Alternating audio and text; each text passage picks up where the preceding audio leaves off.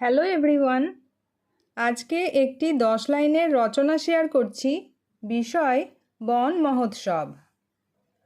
বন মহোৎসব হলো আমাদের দেশের একটি অত্যন্ত গুরুত্বপূর্ণ বৃক্ষরোপণ উৎসব।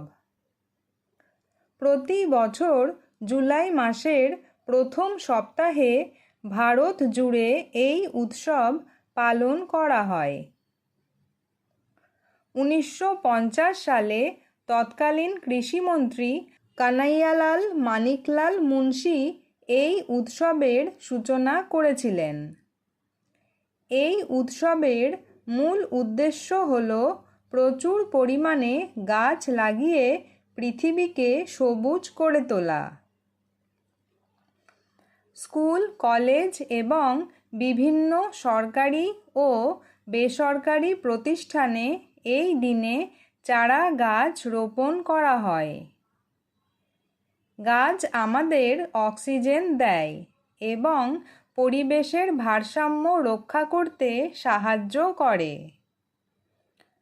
বর্তমান সময়ে বিশ্ব উষ্ণায়ন রোধ করতে বন মহোৎসবের গুরুত্ব অপরিসীম।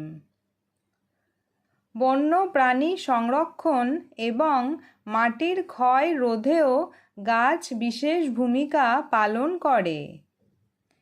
একটি গাছ একটি প্রাণ, এই আদর্শকে সামনে রেখেই আমাদের এগিয়ে চলতে হবে।